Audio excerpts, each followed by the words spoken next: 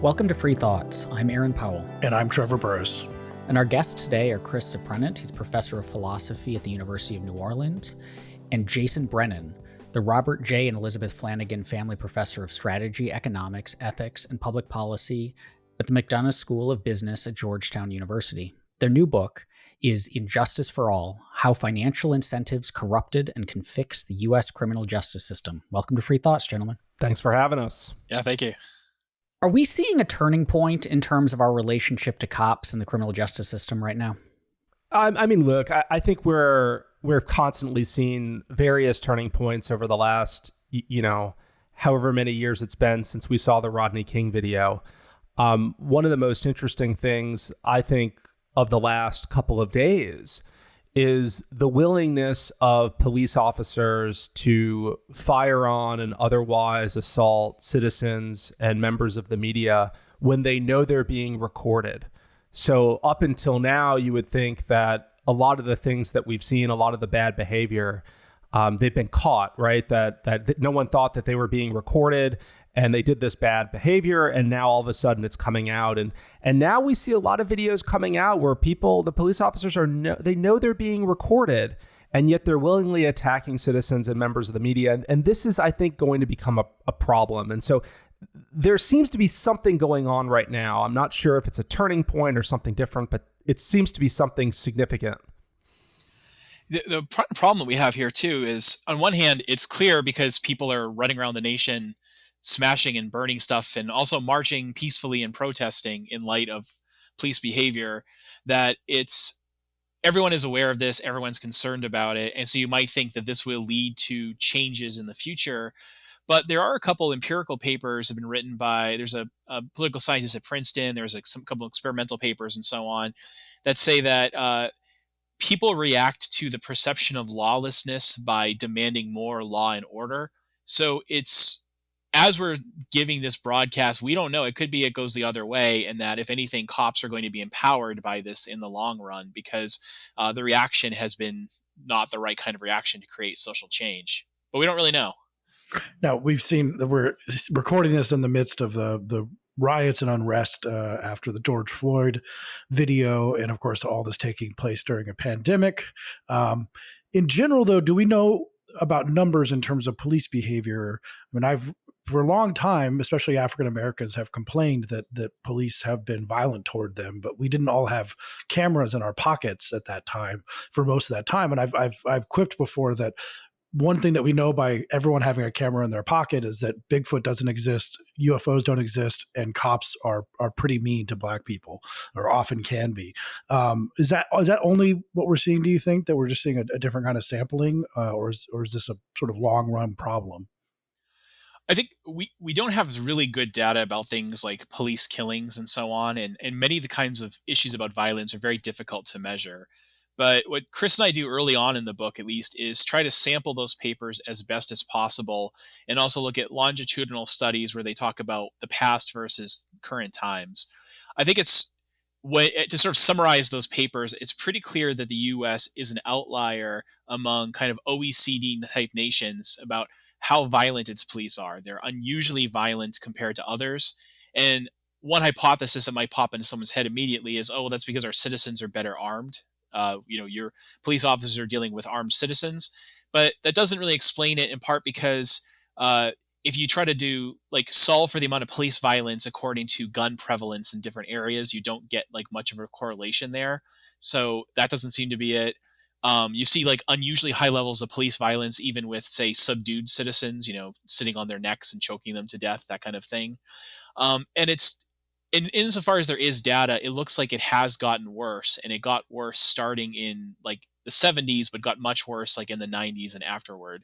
So I think we have good reason to think that the U.S. is unusually violent, not just to Black people, but to white people too. It's definitely worse to be a Black person stopped by a cop in the U.S. than to be a white person. That's clear. But it's also worse to be a white person stopped by the cops in the United States than it is to be a person of any nationality stopped by the cops in Germany.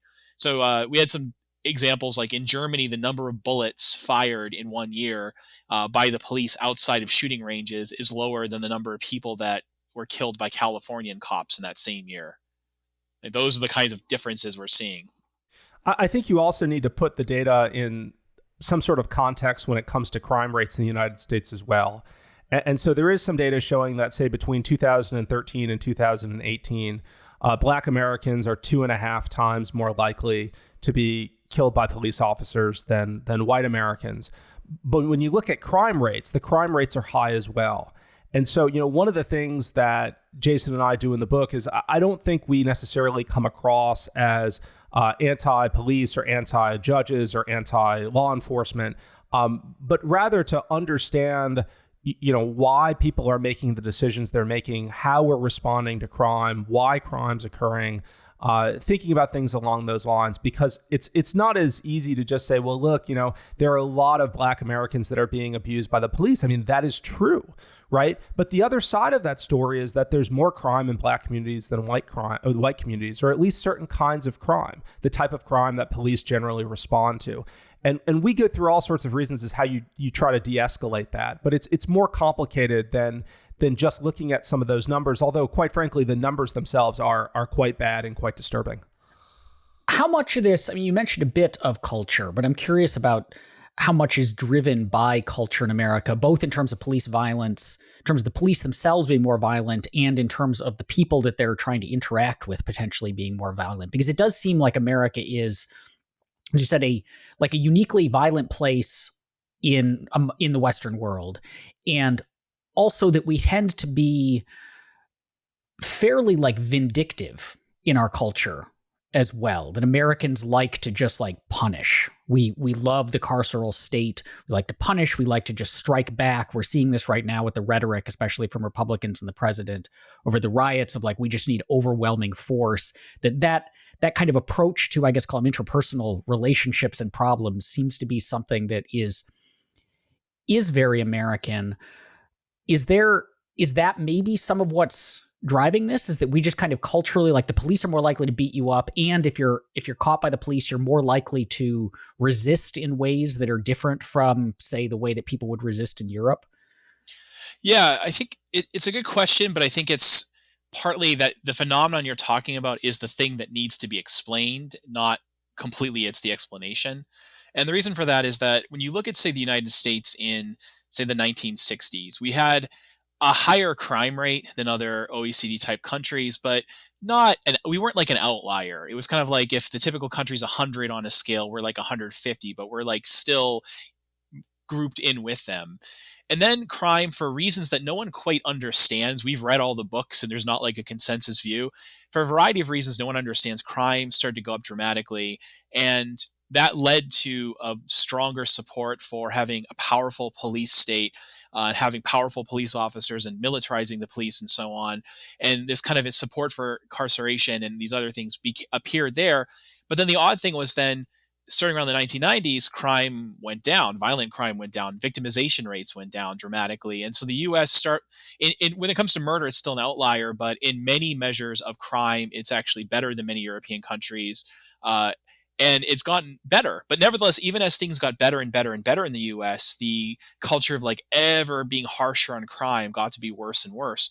So it's a puzzle because we were part of the group like other countries, and then we became an outlier afterwards. And it appears that the cultural phenomenon you're talking about was, in the first instance, a response to the perception of higher crime and a desire to do something about it. Though now it leads to a kind of vicious cycle where even when crime is getting better, you poll Americans, they think it's getting worse, and they want ever harsher punishments. Yeah, and to say a bit more about crime rates too, we've got a very large country and it's a very diverse country. And when you start talking about national averages in terms of crime, it doesn't really tell you the whole story.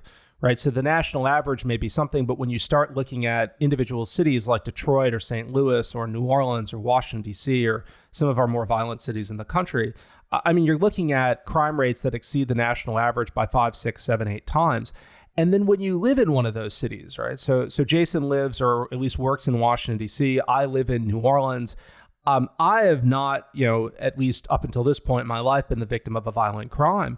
But I live in a very violent city. I just don't live in violent parts of that city. So when you think about a lot of this violent crime being concentrated in certain parts of the city, really gives you a very different picture of the communities that we're looking at and what it's like to live in some of those communities. And historically, you can't blame a lot of people in these communities for not trusting the police, given what's happened historically.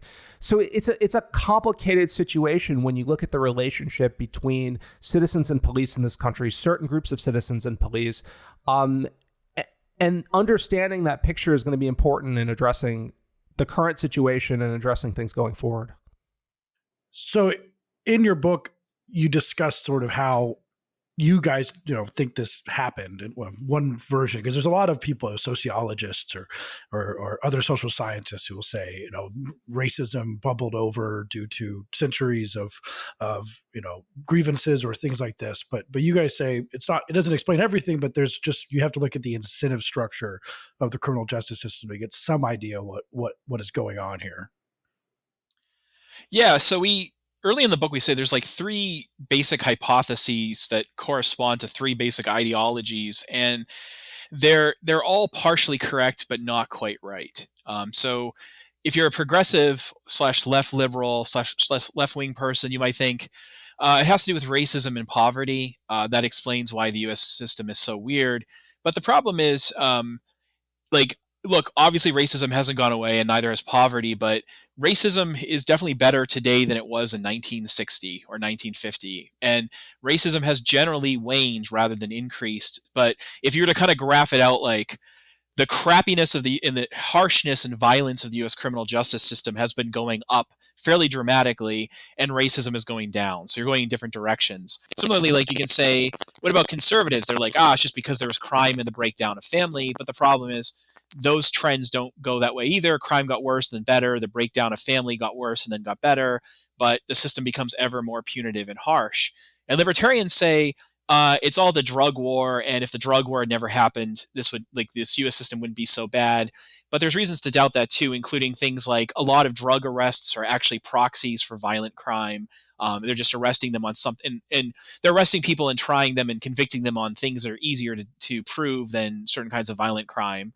So it's exaggerated. So we think fundamentally what makes the U.S. different is the unfortunate problems about federalism, about the way things are funded, about who votes for what, creates a kind of perfect storm of bad incentives where communities might choose to do some kind of policing over others, or choose to substitute incarceration for policing because they can externalize the cost onto others, or the way that money is collected through fines and so on are unusual in the US and not the same as elsewhere, or weird perverse incentives from federal funding, or just there's a whole host of these things, and together they add up to, and these things are absent in other countries, and together they add up to every player in this system has a perverse incentive to act and do the wrong thing. Yeah, and I think this is really important to highlight. There's a line in our book where we say that if you imagine we wake up tomorrow and everyone was the same shade of tan, you would probably see the same number of people in our jails and prisons because of how much money is being made off of it. It's not that there aren't racist judges and racist cops and racist laws, and there are, and it's a real problem. But you have so many people who are profiting off of the criminal justice system right now, is that the issue isn't necessarily that people are being locked up because they're black. They're being locked up in many cases because they're poor. And it just so happens in our country right now that being black is often a proxy for being poor. And so if you're going to pick on someone because you want to put them in jail for a couple of days, the easiest thing to do in many cities is to pick on a black person because it's likely that they don't have money. It's likely they don't have political capital. It's just easy. Now, policing and doing that would be a bit more difficult in situations where everyone with the same shade of tan. But you've got so much money tied up in the system, and you have so many people's livelihoods that are tied into it, that it's going to be very difficult to undo some of this stuff. And this was one of the challenges that we were really grappling with when we tried to figure out what are some reasonable solutions to the problems that we're facing. But it's not just we talk about profits. There's obviously a lot of money, but there are other ways of profiting too from the system in sort of the straight up economic sense that politicians can profit by, say, getting elected. Yeah, of course. And how we count people too when it comes to voting and representation works as well. And so one of the things that we could do very easily when you look at, say, a census and how you count people in terms of districts is you start counting people not where they're in prison, right? So right now you count people where they're in prison, right? You count them from where they're from. And there are all sorts of ways. You're absolutely right that people benefit and people profit, not just in financial sense, but that's the same type of profiting, right? You have a lot of people with a lot to lose when you look at changing some of the aspects of our current system. If a lot of this is explained by financial incentives, I'm curious how that fits in with two of the particular areas people today seem to be focusing on as far as rectifying, especially police brutality, and that's qualified immunity, namely the protections police officers have from being sued for violating the rights of citizens, and police unions, which protect one of the things they do is protect bad officers from the consequences of their badness. That suing individual officers has clearly a financial cost, but it's not necessarily a cost that's borne by the department. Like, you could sue the individual. And the police unions protecting individual officers, there's not a clear, like, people profiting off of individual bad police, because you can always replace them with a new good police officer. So do police unions and qualified immunity fit into the financial incentive story, or are they separate from it? We didn't talk at great length about qualified immunity in the book, in part because we aren't only talking about police violence. We're talking about incarceration levels, the pre-trial detention, and like fines and things like that. And it's puzzling.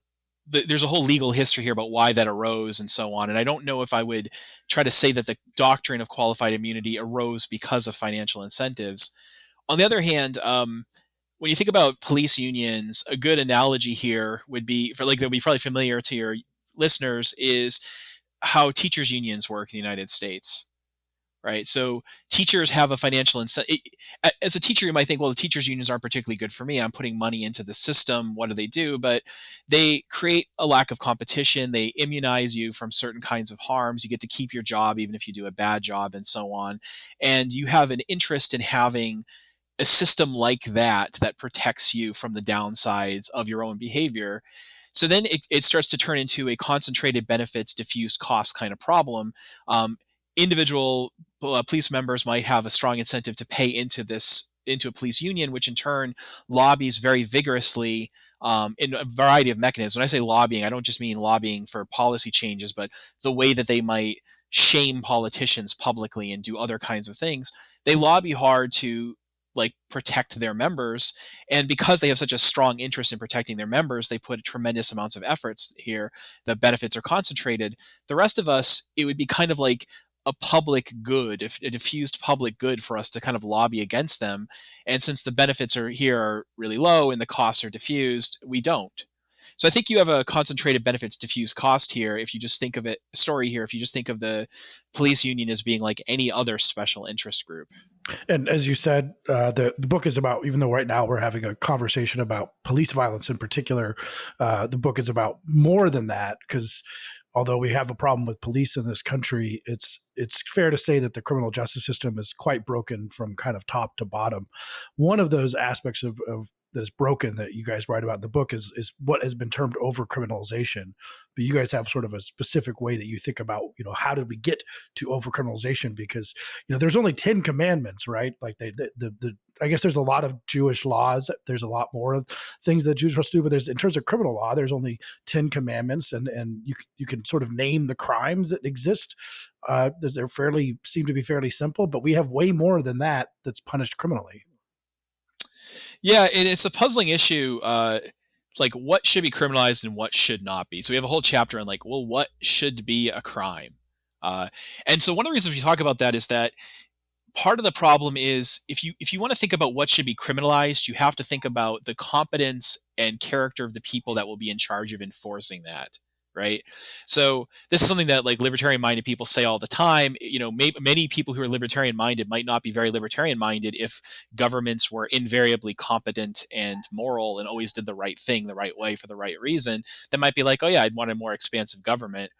So one thing we say is that when you want something criminalized, we have like a sort of a checklist of things to think about. Should this be criminalized or not? And one of them is, will it be enforced in a good way, in a competent and fair way? Will the costs of the enforcement actually be worth it? Or it might be the kind of thing where the cost actually exceed the benefits of criminalizing. Even just from a purely utilitarian standpoint, you'd be surprised at how few things do.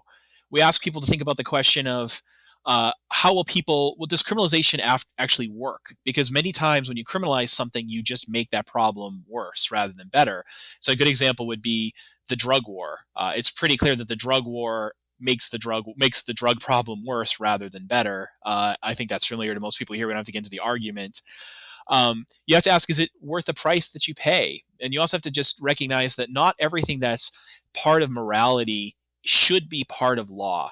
Like if I call my mom right now while we're on this and say, hey, mom, just for the hell of it, to prove a point, I'm never going to talk to you again. And I'm not going to let you see your grandkids until they're 18 and they're like out of my power. That would be really deeply immoral for me to do. But there are reasons why we don't make it punishable by law, as opposed to like if I go up and like punch you in the face a couple times, maybe that's actually significantly less harmful, but we do criminalize that. So you have to think about, there's only going to be a specific subset of harms that we put on other people that really should be subject to criminal judgment. We don't want to use the law as our way of saying what is good and bad and to pass moral judgment on everything. And once you kind of go through the checklist and look at specific examples, this, I think, chips away at a lot of things that should be criminalized. So you don't want to say necessarily that, it means like only crimes with victims, but that's pretty close to the story. And that's maybe a necessary condition, but not even sufficient. Yeah, and to add to that, even if an action has a victim, it doesn't mean necessarily that it has to be pursued through criminal means, right? So we talk a lot about how you can pursue a lot of harms, through civil means. And so there are other ways to look at this besides sending the police after folks. And I think one of the challenges that we have to remember is that it's not just what's criminalized, but the reasons why those things are criminalized, and then how they're prosecuted and how they're pursued. And so all across history of the U.S., you see laws that are put into place that are not equally enforced. And so this is another problem as well. And so it's a bigger picture than just, what are the police doing? What are the laws doing? Because a lot of times what you see on the books isn't exactly how things work out in practice. Now, in terms of the incentive structure here, we did hear back, what was it? 2014, I believe, when the Ferguson uprising happened, where we saw the use of criminal laws for the purpose of basically taking profits in through a bunch of petty fines and petty, ordinances about hedgerows and things like this, and those being used. But we also see that's one way that we could see incentives to have more of these laws. We see all over the place that there could be some incentive structure to put more people in prison and to have more laws that sort of charge people or fine them. Yeah, look, let me talk with you about some interesting incentives. And there are all sorts of incentives related to prisons, but let me get off of prisons just for a second, because I think this is a discussion that goes beyond prisons. One of the most egregious examples I've seen relates to bail and comes from New Orleans. So the magistrate court, so everyone who gets arrested has to go through the magistrate court, where they give the person, they decide either they're going to release them on their own recognizance, or they're going to require them to pay some sort of bail in order to get them released. The rules of the magistrate court allow the magistrate court to take a portion of the bail bond fees in order to run the courts. And so when someone has to pay, say, $1,000 in bail to get released, they can go to a bail bondsman and have that person come up with 5%. So they pay 5% to the bail bondsman. So they pay the bail bondsman $50. The bail bondsman puts up the $1,000, or at least guarantees the $1,000, and they're able to leave. The problem is that the magistrate court gets a percentage of that $50 fee. And so one of the things that we were seeing in New Orleans is that the option of paying cash was eliminated. And they also reduced the number of RORs that you would get. So what you would have is the magistrate judge coming in and saying, look, we're going to assign you a cash bail, And not just where you can put up the cash, but you need to actually pay the bail bondsman a fee, because in the background, what we realize is they needed the fees to run the court. And so you see all of these perverse incentives that are set up to put a lot of the things that we see in place right now. And, we may say, you hear the story and say, this is horrible. And I think one of the things that I hopefully comes out of the book is that it's not so much that the magistrate judge, who just so happens to be the father-in-law of our current mayor, right? It's not so much that the current magistrate judge is a horrible person.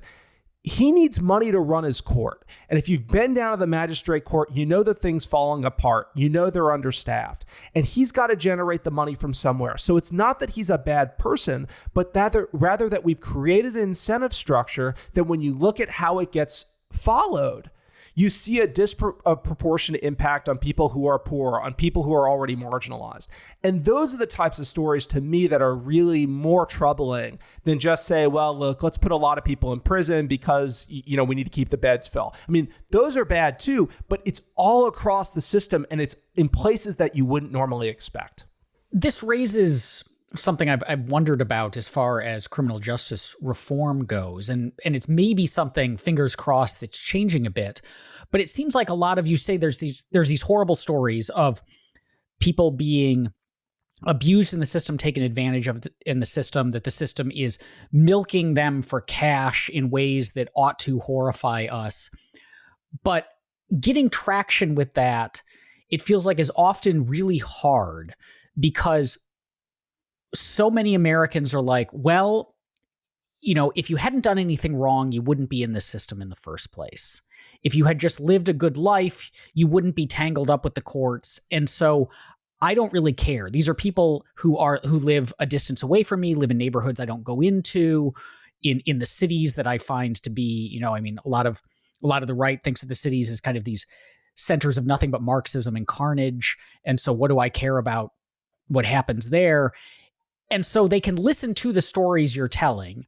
And even if they believe them, they say, well, that doesn't seem like really a problem to me. Like, of course, these people should have their money taken away because they must have done something wrong.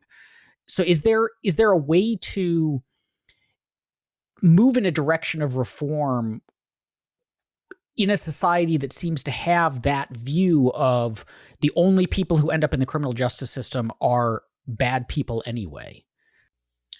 I mean, you're right that we don't have like an easy answer for that, where you can say if you could just tell them this one thing, they'll suddenly care. But we do try to motivate them to some degree by appealing to their self-interest, and also their sense of fairness in certain aspects. So one thing is that, yeah, we are milking the poor with our entire cities, like Cleveland Heights. Maybe it's changed in the past 10 years, but Cleveland Heights for a long time, their model was on Mayfield Road, we're going to change the speed limit like every 100 feet, like from 35 to 25, and then constantly pull people over and get money from them in order to pay for our our municipal costs. And lots of cities do even more horrifying versions of that. But one thing is that you're paying for all this. It's expensive. And a lot of the things we're seeing have to do with, municipalities realize if we put more cops on the street, that'll reduce crime. But if we just try to push hard for people being in prison for longer, that won't reduce crime as much. In fact, it might even exacerbate it in certain ways. But we can shift the cost onto state taxpayers rather than local taxpayers. So everyone's passing the buck to somebody else. And you, the reader and the listener, you're paying for that when you pay your taxes. You're paying for ineffective and contrary to evidence policing and incarceration strategies. Another thing is just the person who's listening to this right now, you are a criminal. You just haven't gone to jail. We went through a number of different books and things that try to measure the degree of criminality of the average American. And it turns out that part of the problem is there's just so many laws on the books, so many regulations, so many laws that are open-ended that one estimate says that 90% of Americans have done something that would justify, according to the law, putting them in jail, convicting them of a felony and putting them in jail for 1 year. Right. So there, might have heard the 3 felonies a day book, and that's probably exaggerating its case. But, saying 90% of us have done something that is a felony and could put us in jail for a year. And the only reason we're not going to jail is because we're the right kinds of people, and it's it's a certain degree of like government caprice that they're not coming after us.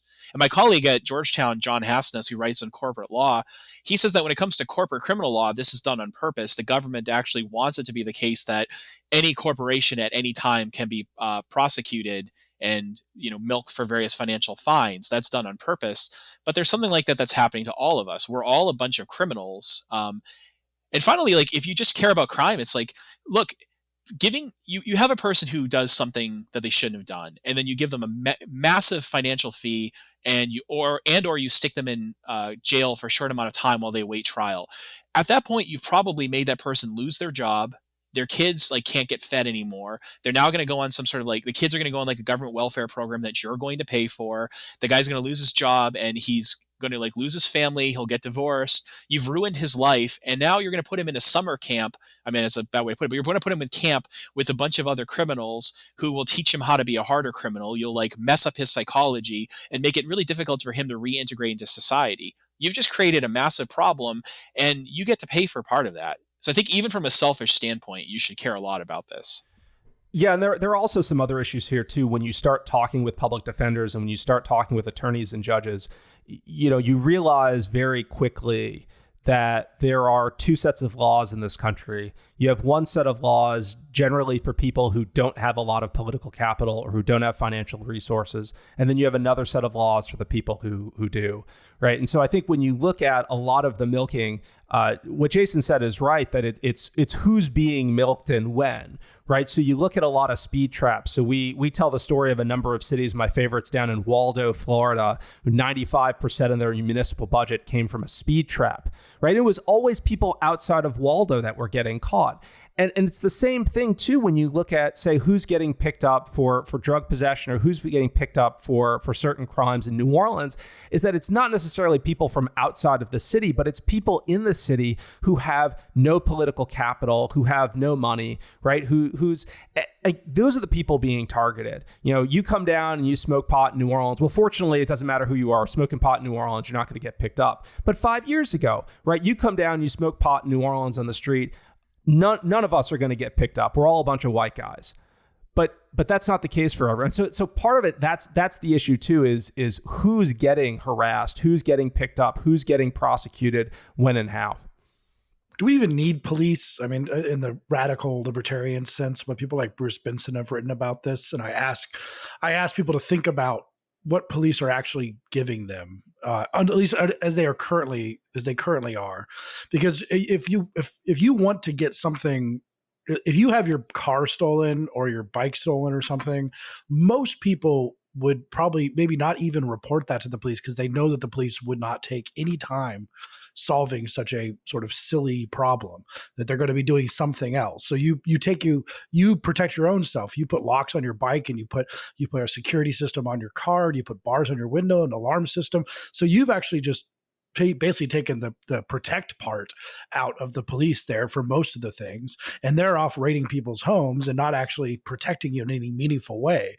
So I mean, like in that sense, how much do we actually need police, or is there a way? I guess the secondary question is there a way to like change this nature of police behavior to actually protecting and serving, as the motto goes?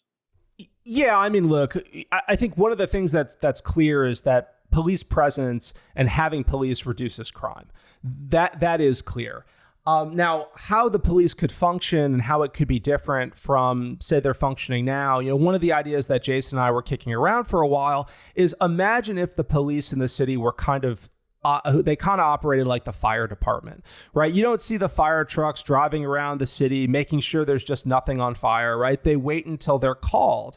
And just like I'm not going to call the fire department if there's a small grease fire in my kitchen, likely people aren't going to call the police unless there's something really serious. So I don't buy into the idea that we don't need any police. I think that's a bit much, not only looking at the data, but just looking at how people operate and want to operate. But there's no reason that people that police on a regular basis need to be driving around, pulling people over and doing that sort of stuff. So I think we need to look at, say, how policing is done, the interaction or the relationship between the police and the community. But I'm not sure I'm a believer in just to say, well, look, let's just get rid of them entirely.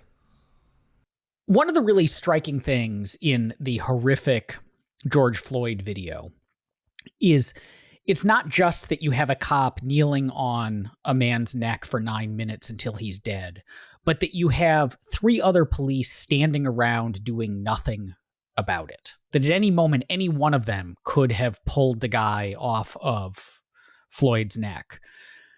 And that seems to be one of the central problems in the American criminal justice system and American policing is we always hear it's just a few bad apples. Like, and I know there's statistics about, the complaints about excessive force and brutality are overwhelmingly concentrated among a few cops on the force. It's not that all cops are engaging in this stuff, but it does seem like all cops or most cops don't do much about it. They aren't constantly calling for their brutal colleagues to be fired. They aren't turning them in. They aren't recording them in the act, or they're standing by and watching them murder someone. Why does that happen so much in American policing? Why does it seem so difficult to get good cops to do something about bad cops? I was just rereading a book by Miller on called Managerial Dilemmas, and it's a book about the economics and psychology of large businesses. And there's a similar kind of problem there, and a similar kind of problem with really any organization. People so Marxists think things like a business is going to fire you as soon as you turn out to be not worth your paycheck, because that's all they care about is profit. But on the contrary, what they find is that actually they're pretty loath to fire people, and they keep them around way longer than they should. And part of it has to do with just people want to be liked. They think of themselves as part of a team. Humans are very groupish. We have an us versus them mentality. When you're in a traumatic situation with other people, which police officers often are, you start to see you as part of one team and everyone else as part of the other team.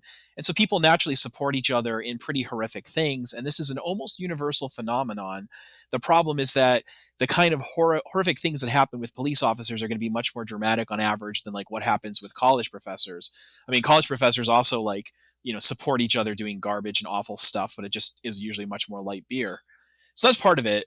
But there's other stuff too. Like in the U.S., there have been weird. You've heard this on the news, but there is a kind of weird training towards being warrior cops, where military tactics tactics that were created by the military for asserting dominance in a city. These tactics were then taught to police officers, and it comes with a certain way of thinking about seeing people as enemies and assuming that they might kill you at any second, and thinking that it's more important to protect your own life than to protect the life of the people that you're suppressing. So this stuff started to spread, and part of it did spread. This is where libertarians get some stuff right. A lot of this spread because of the drug war. There was a weird financial incentives to start using SWAT teams and SWAT techniques, to using military style weaponry and tanks and so on. That started really around the 1980s. So a good number would be in the year 1981, SWAT teams were called about 3,000 times in the entire, over the course of the entire year in the country. Now they're called about 80,000 times per year, roughly, at least 100 times happen today, and mostly for really minor things like serving drug warrants. And 1981 was a way more violent year than now. Oh yeah, that's right. Yeah, 1981 was when they were treating New York City as a dystopian, hellish landscape, which it is again today, but a week ago was not. So there's a kind of training that reinforces what's already a pretty horrible human tendency, which is we protect our own and we don't care about others. And then you add to that a kind of training towards militaristic occupational techniques and treating everyone as a hostile, an enemy combatant, and that increases it. So yeah, I think the combination of those things explains a lot of it. And finally, there's a bit that's been going around with Chris Rock lately, where he says, yeah, a few bad apples, but hey, guess what? There's certain jobs where you don't get to have any bad apples. Like airline pilots is one of them. You can't have a couple airline pilots who are just I just don't like landing. I prefer to crash. No, you don't get to have any airline pilots that prefer crashing. And similarly with police, you shouldn't keep people on the force who are routinely abusive, but they do, or they shuffle them around. If you think about the Catholic Church shuffling around child abusers, it's very similar to what happens in police forces. People get shuffled around, they get moved to a different district, they might get sort of almost traded with a recommendation to maybe go work in another city. Like, I don't really want this guy in my force anymore. I'm about to write him a recommendation letter and he'll go work in like another town and then he'll be happy to leave and I get rid of him. There's a lot of that kind of thing going along too. It's generally speaking very difficult to get rid of bad police officers. And part of the reason, by the way, we should say, is because we suck. Not just the system, but us, we human beings. Many prosecutors, we read a number of books and papers about why don't prosecutors go after the police. Well, partly it's because it's their friends, they're in cahoots with them, they're working in the same system. But part of the reason is because they think it never works. Juries are very unwilling to find police officers accountable for crime, even when it's just blatant. I want to get into some of the reforms that you guys propose. And one of the ones that maybe actually, Jay, what you just said is relevant to that really sticks out is no government prosecutors, period. That you would just not even have government prosecutors. Well, what would you have instead? And what would that change? Yeah, one possibility would be, so right now we have the problem where think about how the system is stacked against you. It's the prosecutors, the people who collect evidence, the police, the whole thing is run by the government. Right. And so we can talk about separation of powers, but there is not separation of powers when we're talking about this sort of stuff. So what if instead it was just the government would pay people like private lawyers to be both prosecutors and defendants at any given time? Like if you're a lawyer or something like that, maybe you owe a few hours a year towards this. Maybe you have people who make themselves available and you kind of get picked at random to be either the prosecutor or to be the defending defense attorney, but you don't have people who are professional prosecutors. Because as we talk about in the book, professional prosecutors face a lot of perverse incentives, which cause them to try too many people, to go for high profile things, to over criminalize and so on. Another possibility might be like you have like right now we have a sort of thing going on where there's like, the public defense attorneys that are paid for by the state for people who can't afford their own counsel, and the public prosecutors. And the amount of money and resources that goes to prosecution is enormous, and the amount of money and resources that goes to public defenders is basically nothing. Right? So what if you had a system where they're just all in one group, and even if they're government attorneys, you can get picked at any time to be a prosecutor or a defender. And now if you're trying to be one of these people who's trying to advance your career based upon your success rate and so on, at least you have somewhat of a stronger incentive to do a good job as a defender as well. This is the first time I've heard this specific proposal when I was reading your book. And I mean, it would be shocking how much that would change so much. So it's a pretty interesting proposal. Chris, did you have anything to add? I mean, look, it would be easy enough to do it, at least in theory. I think in practice it ends up being tougher. But when you look at the resource disparity, it's really significant. And that's the problem here, right? I mean, you just got to figure out ways that you're not going to make the people respond to different, people are going to respond to the incentives they're going to respond to. And we know what type of incentives people respond to, and we know how they respond to those incentives.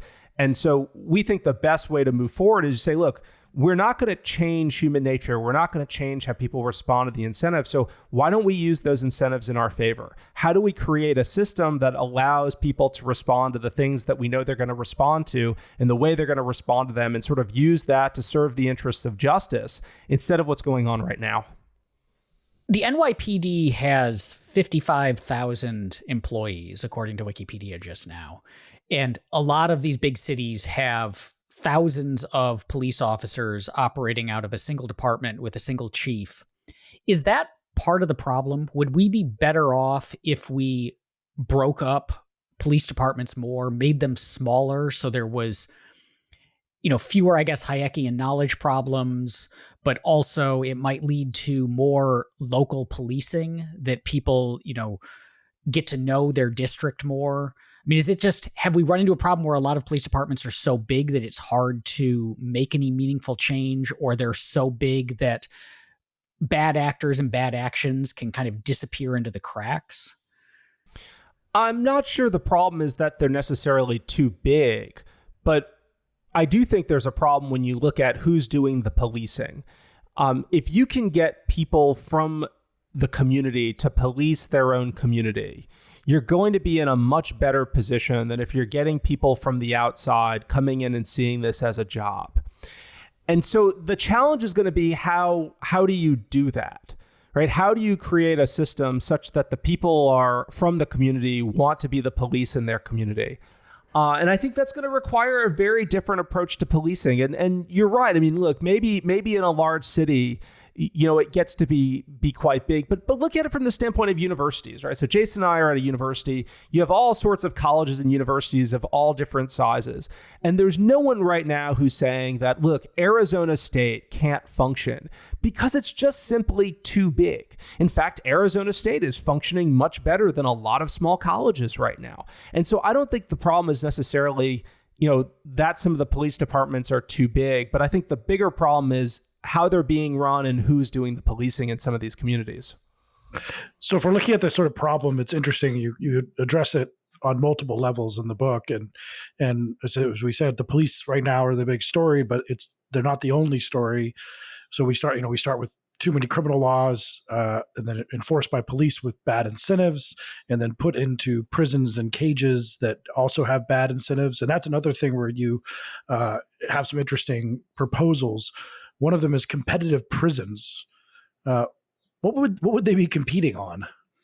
Yeah, I often use this as a thought experiment in class, where I talk to students about, hey, public prisons stink, private prisons stink. Is there something we could do to change how private prisons are paid for that would make conditions better? And I give them a little bit, and they always come up with the same thing. They think about, what if there were a prison voucher system? So instead of it, right now, let's say we decide you have to go to prison, which Chris and I think should be used very sparingly in only very special circumstances. But you have to go to prison. So what happens is you get, say, a $12,000 voucher or whatever it might be. And now all the various private prison companies have to compete to get you to go there. So once a year, you get to pick which prison you go to. Maybe there's some regulations and stuff like that. But you have to go to a certain kind of security level prison. And you say, well, Prison A wants all my money, so they're going to say, you have $12,000, we'll give you a mat to sleep on and one bologna sandwich per day. And Prison B also wants my money, so they're like, well, we'll give you a mat and a pillow and 2 bologna sandwiches. And now Prison A is like, well, we'll give you a bed and 3 bologna sandwiches. And you get into a bidding war. And the more competitive the market is, the more they have to bid. So now they're going to start offering you things like better and higher quality amenities, protection, safety, maybe like services to prevent recidivism and to try to make sure you actually get rehabilitated, all because they want your money. Not because they like you, not because they're good people, but because they want your money. And what it takes to get your money is to actually offer, in a sense, a good prison product. And I've sometimes talked about this with the public, and their reaction is, oh, I'm worried that your new proposal would actually make prisons too nice. Like they wouldn't be brutal and nasty enough and people wouldn't suffer enough. You could also do things like you could say, allow them to keep some of the money. We say, like, look, you get $12,000 a year, and if you don't spend all $12,000 on your prison, then you get to keep, say, half of what you don't spend and put it in a bank account. And when you leave, you get to keep it. And that's the money to get you back on your feet once you've sort of served your time. Right. So introduce competition. But right now, like when people think about privatization, it's really just like the problem with privatization is that the customer is the government and the government wants to save money. And so when you're profiting off of one customer, the person who gets screwed is the prisoner. And this is the problem with all nonprofits, when like the person who pays and the person who gets the service are different. So in this crazy world that's happening right now, it seems like you guys have outlined a system that is sort of, as we mentioned earlier, like just sort of fundamentally broken from top to bottom. But is there a place, do you see something as sort of the most easy first step, especially right now, that there's something we can do, is the most practical and maybe popular given what's happening, first step that we can start moving and then just start slowly trying to get the incentives aligned, because there's a lot of work that needs to be done. Yeah, absolutely. And this is going to be one of the benefits, I hope, that comes out of this COVID-19 situation. Because, I guess people forget that we're still going through a pandemic right now, through all the protests and everything else. But one of the things that a lot of municipalities were doing was letting people out of prison to stop the spread of COVID-19, because they were worried about, it spreading in the prison and it being uncontrolled and everything else. And I think we're going to see, and we're going to get a great amount of data on how many of these people that they let out don't reoffend. And so under normal circumstances, it would have been impossible to push through regulations or otherwise allow people or allow the governors or allow some of these sheriffs to let these people out of prison. But we've been given a wonderful opportunity to see what happens. And I think what you're going to see is you're going to see that the sheriffs and the people who are running these prisons are able to, in almost all cases, identify people who now pose no danger to the community. I think you're going to see an absurdly low recidivism rate from the people who were let out of prison because of COVID-19. And so one of the things that I hope happens from this is people start thinking, well, wait a second. If all of these people got out and none of them reoffended, why are we paying all of this money to keep these people in prison?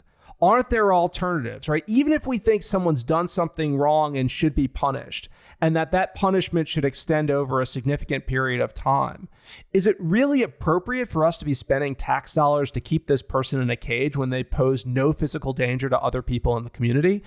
And I'm hoping that the answer to that question is no, and we can start having an intelligent discussion about alternatives. But without the coronavirus, right, without this opportunity to let all these folks out of prison, I don't see how you can have that discussion. I mean, you start looking at states like Louisiana where sort of progressive governors come in and they start trying to let people out of prison early. And so our governor did this. And so he found a bunch of people who had been in prison on average 7.5 years and who were set to be released within the next 6 months. And they released a bunch of people just to see if they could identify who the people were who were less likely to reoffend. 98.5% success rate. It's extraordinarily good. Yet when you start looking at the headlines of the newspapers, right, it's like 8 violent criminals were let out into our society. And so I think this is the problem. I think we're going to see a lot of good data. And it's going to be given us an opportunity to try some things that we couldn't have tried otherwise. But the challenge is going to be, how do we frame the results, which will almost certainly be positive, in ways that allow progress to take place? And I think that's going to be one of the challenges coming out of this, even though it's a great opportunity.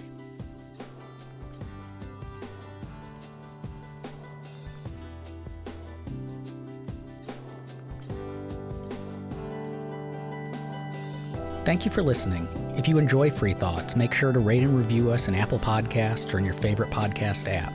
Free Thoughts is produced by Landry Ayers. If you'd like to learn more about libertarianism, visit us on the web at www.libertarianism.org.